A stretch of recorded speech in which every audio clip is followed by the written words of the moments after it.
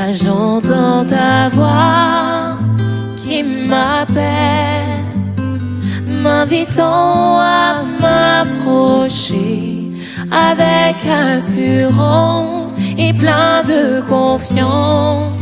Je peux entrer dans ce lieu secret. Shalom, shalom, shalom chez vous, shalom dans vos maisons et shalom partout où vous nous recevez. Nous vous saluons dans le précieux nom de notre Seigneur Jésus-Christ. Moi, c'est le pasteur Gauthier Kachila, pasteur de l'église La Rédemption à Kingabwa. Nous sommes heureux de passer dans vos maisons et partager avec vous la parole de Dieu ce matin. Je crois que si vous vous êtes réveillés ce matin, c'est la grâce et la faveur que Dieu nous a faite. Et nous bénissons le Seigneur pour cela. Nous bénissons le Seigneur pour la vie qu'il nous a donnée. Nous bénissons le Seigneur pour les renouvellements de ses bontés. Il est bien, il est bon, il est merveilleux notre Seigneur. Et ce matin, en ce premier jour de la semaine, nous allons commencer cette semaine avec un sujet que nous allons exploiter à partir d'un livre de la Bible. Le livre, c'est le livre d'Ésaïe. Nous allons exploiter les chapitres 40, le verset 27 et le verset 28. Alors, pour ceux qui ont la possibilité de lire, sinon je lirai pour tous. Ésaïe, chapitre 40, versets 27 et 28 dit ceci. « Pourquoi dis-tu Jacob ? Pourquoi dis-tu Israël? Ma destinée est cachée devant l'Éternel. Mon droit passe inaperçu devant mon Dieu. Ne le sais-tu pas, ne l'as-tu pas appris?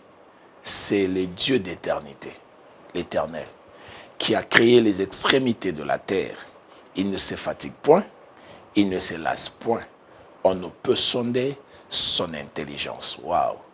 Un merveilleux texte que j'aimerais partager avec vous pendant toute cette semaine. En fait, nous allons parler sur la confiance que nous devons porter sur le Seigneur, la confiance que nous devons avoir en Dieu, la confiance que nous devons manifester à l'égard de cette personne qui nous a créés, mais qui nous a aussi renouvelé sa vie. Du jour au jour, nous voyons le Seigneur nous garder, nous renouveler le souffle de vie. Frères et sœurs, étant ce matin debout, nous croyons que c'est la grâce de Dieu. C'est Dieu qui a veillé sur vous, c'est Dieu qui vous a protégé, c'est Dieu qui vous a gardé. Mais il arrive dans le cours de la vie, il arrive qu'à un certain moment de notre vie, nous nous posions des questions. C'était le cas dans ce texte de tout un peuple, le peuple d'Israël. Et je crois qu'aujourd'hui, il ne s'agit pas du peuple d'Israël, mais le Seigneur aimerait s'adresser à vous qui nous suivez maintenant.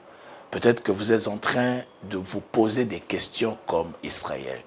Et Israël était en train de se poser des questions en disant « Qu'est-ce qui ne va pas dans ma vie? Qu'est-ce qui ne va pas dans mon existence? J'ai comme l'impression que ma destinée est cachée. C'est comme si Dieu ne se préoccupe pas de mon sort. Dieu ne s'intéresse pas à ce qui m'arrive. » Ça peut être le cas pour plusieurs frères et sœurs. Vous êtes là, vous êtes en train de traverser une période de votre vie, vous vous posez des questions si Dieu vous voit. Vous vous posez des questions si Dieu vous écoute. Vous avez prié, vous avez jeûné, vous avez fait tout ce qui vous a été demandé de faire, mais la situation ne change pas. C'est comme si plus vous priez, plus les choses sont en train de s'aggraver. C'est comme si plus vous priez, plus les choses deviennent compliquées et difficiles. Et vous en avez marre, vous êtes fatigué, épuisé dans votre fort intérieur. Vous n'avez même plus de force pour vous tenir devant le Seigneur dans la prière. Et parfois même quand vous priez, c'est devenu juste une formalité. Et alors ce matin, j'aimerais dire à quelqu'un que vous n'êtes pas le seul dans ce cas-là. Il y a même le peuple de Dieu qui a connu cela. Israël est en train de se poser des questions. Israël est en train de se lamenter. En fait, ici, nous voyons l'état d'une personne désespérée. Je sais qu'il arrive de moments où les désespoirs nous envahissent. Peut-être que vous êtes en train de nous suivre ce matin. Dans votre situation, vous êtes désespéré. Dans votre situation, vous êtes envahi par la peur. Vous êtes envahi par l'inquiétude. Vous avez fait tout ce que vous avez voulu faire pour que les choses changent. Les choses ne changent pas. On vous a demandé de prier, vous aviez prié. On vous a demandé de jeûner, vous aviez jeûné. On vous a demandé de faire des offrandes particulières, de ceci ou de cela. Vous avez fait. Vous vous rendez au culte. Vous faites du bien aux gens. Vous faites tout pour que vous ayez la paix. Mais cette paix-là, vous ne l'avez pas. Vous faites de votre mieux pour avoir une percée, pour voir votre vie prendre une autre allure. Mais ça ne vient pas. Peut-être que dans votre situation, c'est une situation de maladie. Vous avez prié et vous n'avez pas encore vu la guérison. Vous avez jeûné, vous n'avez pas encore vu la guérison. C'est comme si vos prières ne montent pas vers le Seigneur. C'est comme s'il y a une main qui empêche que cette prière monte et qu'elle puisse toucher le Seigneur. C'était le cas en Israël. Donc, mais ce qui est intéressant ici, que malgré toute cette situation, malgré cette inquiétude de tout un peuple, le prophète parle au nom de Dieu. C'est Dieu qui s'adresse à son peuple. Il dit, pourquoi dis-tu Jacob? Pourquoi dis-tu Israël? Ma destinée est cachée devant l'Éternel.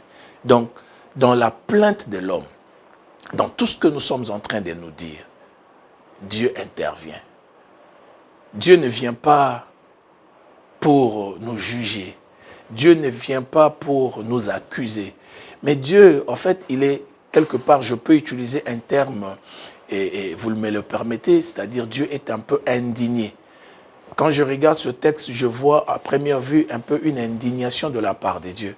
Dieu s'indigne du fait que celui qui devrait au moins compter sur lui, celui qui devrait espérer en lui, est en train de se lamenter de son attitude et de son comportement.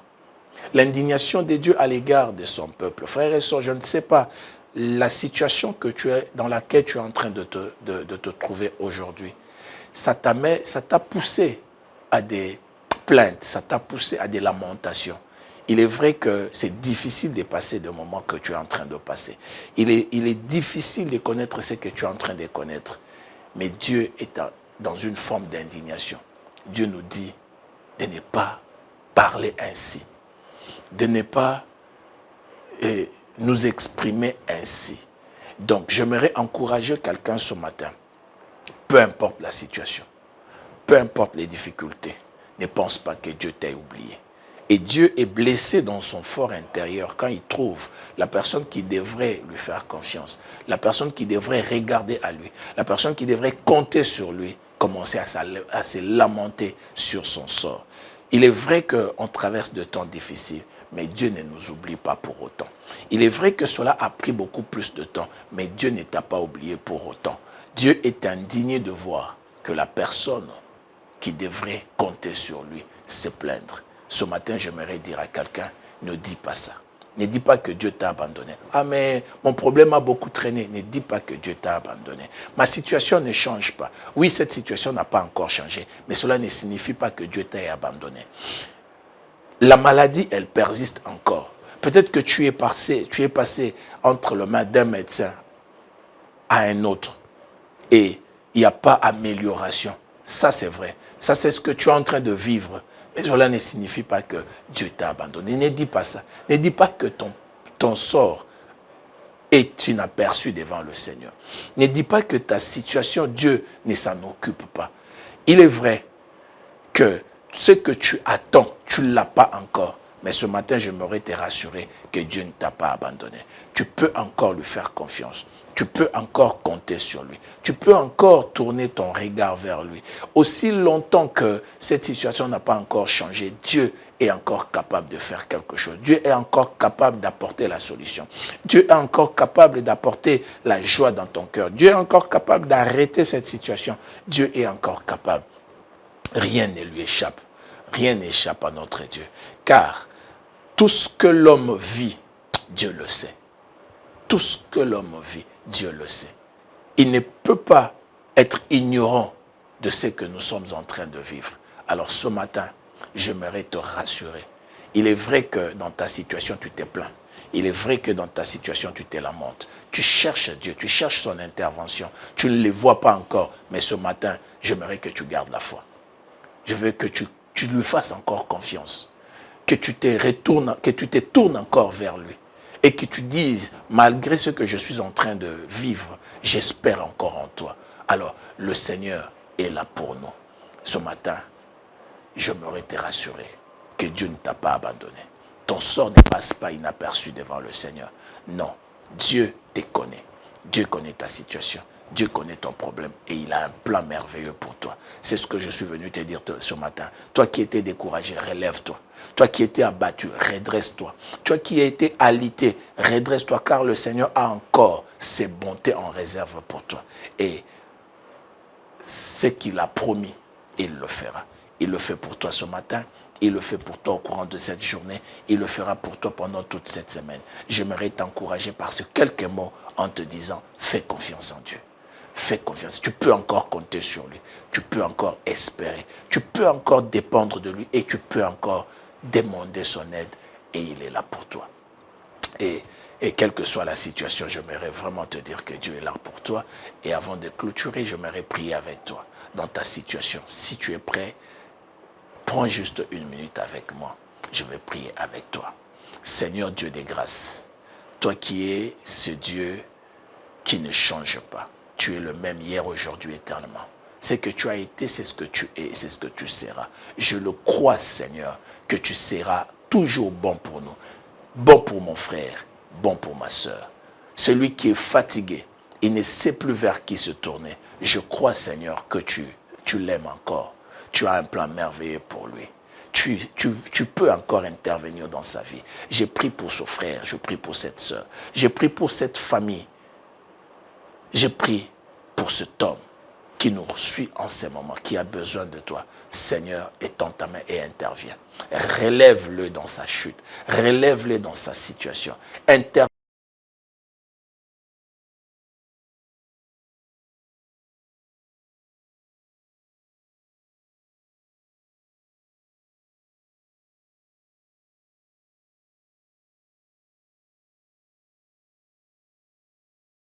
Bonne journée à vous tous. Là j'entends ta voix qui m'appelle, m'invitant à m'approcher avec assurance et plein de confiance. Je peux entrer dans ce lieu secret